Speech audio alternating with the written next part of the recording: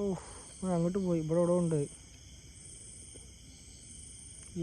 Size അറിയോ അതിനെ പറഞ്ഞിട്ട് നല്ല വലിപ്പുണ്ട് സാധനം അതിനെ വിടരുത്. അതാ നിൽക്കണം തല മാത്രം കാണണ്ടി തല മാത്രം കാണണം.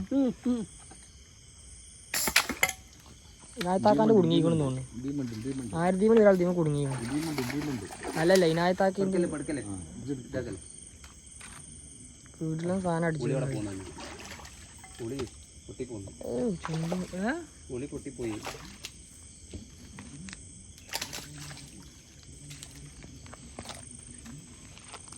കറക്റ്റ് മണ്ട.